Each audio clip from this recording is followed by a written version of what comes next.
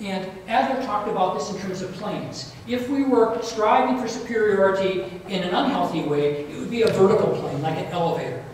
Who is better than us? Who is worse than us? Who makes more money? Who makes less money? Who's smarter? Who's stupider? Who's, it's all this kind of things. And the trouble with that vertical plane is that it's all based on temporary status. We could have a loss of status. Maybe our health goes bad. And all of a sudden, we drop like an elevator. Or we lost our job, and we dropped like an elevator. Or we get a promotion. Now we could lord that over somebody else. Very unhealthy. Not fun to be around. Where Adler had this whole other idea that the way to move in life is horizontally towards what he called community feeling and social interest. The idea is that we're all in this together, and together we move. Together we help each other. Together we prosper, which is the right way to be in the world. And our relationships with others are egalitarian. They're equal relationships. Even though somebody does some things better than us and we do some things better than others. And he called some of this illogical way of thinking, ways of thinking that are not horizontal, as mistaken beliefs and private logic. Our innate nature is to be significant and to belong. Those are the givens we need as people. And when we feel that striving will not help attain a particular goal, we might strive in less common sense, sideshow ways, private logic ways, towards superiority. And a good example of that would be this vertical striving. Who am I better than? Or how can I put somebody down? How can I make somebody feel miserable because I'm in a superior position? That kind of nonsense. He called that private sense. And so common sense is infused with social interest, how we all move together as people. And private logic is infused with this sort of disempowering ways of viewing ourselves and our place in the world, often resulting in procrastination and safeguarding. The idea is, gee, if I can't do it perfectly, then maybe I just won't do it. That's kind of a safeguarding kind of way of doing it. We're safeguarding our sense of not belonging, of not being significant, by having a really good excuse. But again, that doesn't really work in the long run all that well.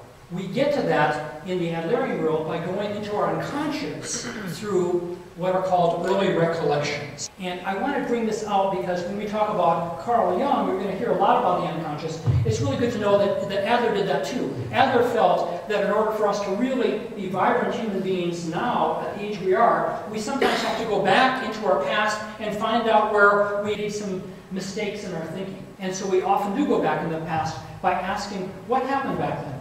When you're feeling this way, when you're feeling really disempowered, was there a time early in your life where you felt that way? And often people will go right into a story. Yeah, I felt that way when?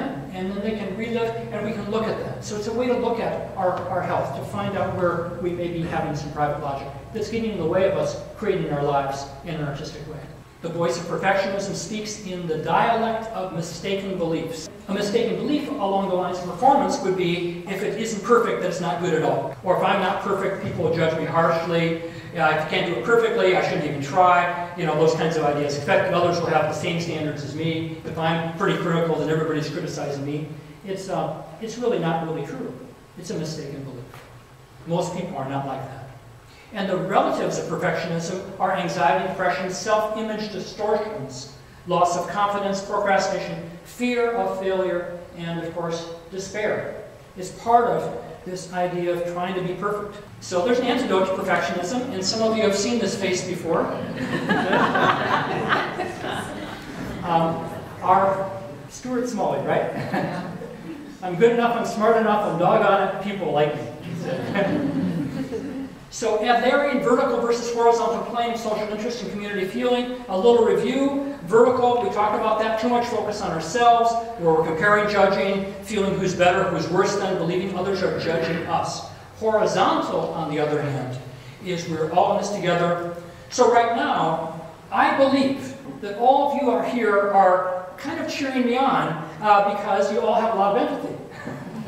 I believe that. And that helps me not be overly concerned about, if I trip up. I'm not overly concerned about that because I really believe that. And I also believe that you actually desire me to do my best possible job because it's going to be more entertaining for you. So it's a little self-interest there too, which is good self-interest. So in other words, all of us together are we're co-creating this event. And that's a very horizontal, social interest way to think about performance, anytime you're performing, or as we're doing the performance tonight. The creative self is really what Adler says we are. We are creators of our own lives.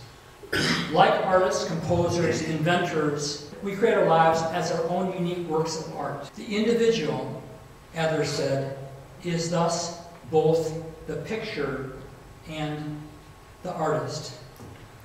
And Ed will play a piece called Waves Lapping. It was a piece that Lake Superior inspired, how the waves go up and they go down, and they might come up again a little higher and go down and up again. Very fluid idea of waves. And with that, we'll watch some of the images from Carl Jung's Red Book.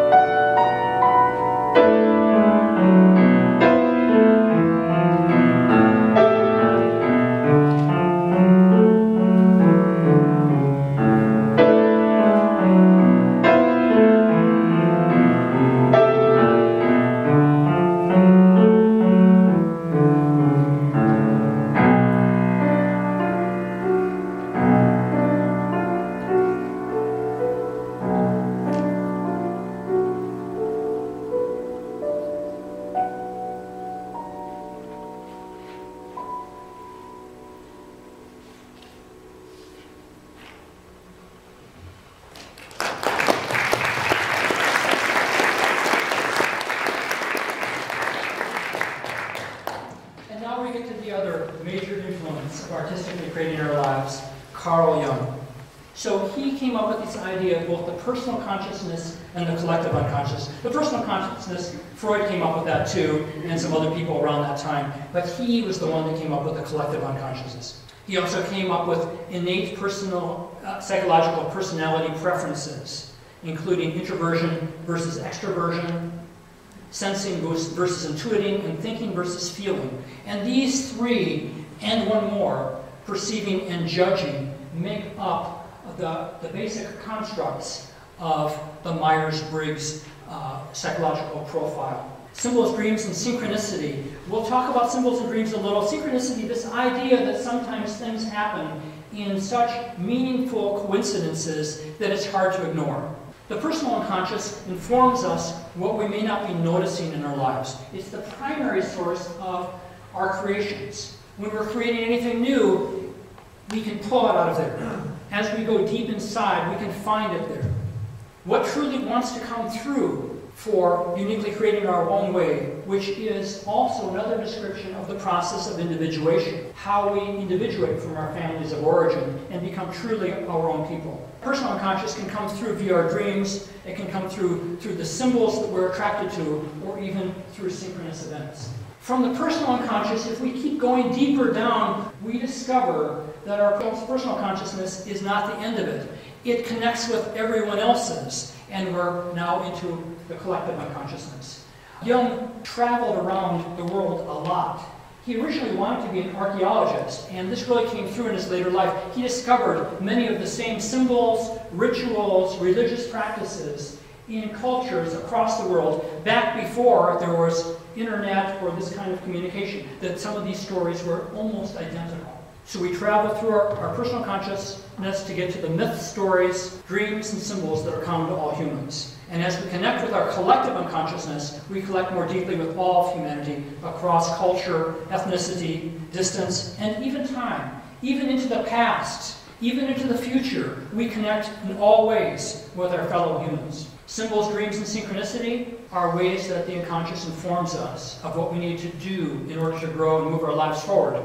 They're messages from ourselves to ourselves. And now it says question here, and the reason I left it that way is because part of my preparation for this was to interview both Dr. Roger Ballou at the Adler Graduate School and Galen Martini, our Jungian analyst. So in the interview process, my question was, if people simply wanted to more artistically create their lives, how might we proceed in a Jungian way? And Galen said, what I would be exploring with them is what they are getting from their dreams that show a side of themselves that needs to be heard. What is clamoring upward and asking to be integrated into their lives? Introversion, extroversion. A lot of people are introverted and they feel kind of out of sorts with other people. And it's important to recognize that introversion is a strength. Extroverts sometimes have more difficulty actually going inward and being reflective. So introverted traits are preferences are receiving versus extroverted to be initiating, contained versus expressive, intimate versus gregarious, reflective versus active, and quiet versus enthusiastic. Archetypes, there's lots of archetypes. Main ones are like hero archetypes, warrior archetypes. We all use these archetypes as part of who we are and part of how we empower ourselves and we gain inspiration. In Jungian terms, we have something called the shadow, a part of our psyche that we're not paying so much attention to, or we're deliberately hiding. It's often hidden from our conscious awareness. We can discover it by noticing what really bothers us in other people. If you say, boy, that person, boy, that really gets me, that's what to pay attention to. That's probably part of ours. If it really bugs us, it's probably part of ours. And that's really hard to admit. When we vilify our shadow side, these parts that we don't like in ourselves, it will always find a way to influence us. Here tonight is Gino Bignac, and Gino is fond of saying, sounds like there's a shadow government in operation there. And you can see that. The shadow government does take control of people. People that really are doing fine, and all of a sudden something takes over and they go kind of crazy. What happened? The shadow part. Accepting and integrating our shadow is what really, really helps. It brings us into wholeness. The best thing to do with our shadow is to out it. Admit it. It's okay. A little dark side. Better off to admit it and own it. You can draw, especially with your non-dominant hand. It's a technique to clear the way for your unconsciousness to come through. So we can clear our minds and ask ourselves a compelling question and let the hand just go, or maybe start to write, or maybe we have no question. We just sit and let that happen. Galen has talked about this technique that she's done, where she lets her hand float lightly across the paper, letting go of preconception and noticing what is being drawn. Our intuition will guide the completion of the drawing. So after a little sketch is made, then you can kind of let the intuition take over. And you might, if you choose, then fill it in with your dominant hand, fill it in with paint or color, or some other medium. With it, we can use another Jungian technique called active imagination, in which we dialogue with the drawing that we've just made, or we can use it to dialogue with our characters from our dreams, or maybe just the images from our dreams. Maybe it's an object of our dreams we can dialogue with. Fritz Perls, he was big into dialoguing with objects. Well, what does that fishing pole in your dream have to say? Give the fishing pole a voice. What is it telling you? Dialoguing in an active way with our drawings, our dream characters or symbols is a great way to really find out what's in our unconsciousness that wants to come through. These could include parts of yourself, especially that have been put away, perhaps because it's part of your family's values, banned from your family. She said, after many years of conceptual work, I still needed to write my thesis and was very tired. I needed the energy of my intuitive self, my right side brain, to balance out from all the left brain work so I could actually write. Using active imagination while drawing with my non-dominant hand, a muse showed up. And this muse admonished me, Galen said, to paint as a way to have energy to write my Jungian thesis. It showed up spontaneously on the page, much like a dream, and gave me access to that artistic side of myself that I had to put aside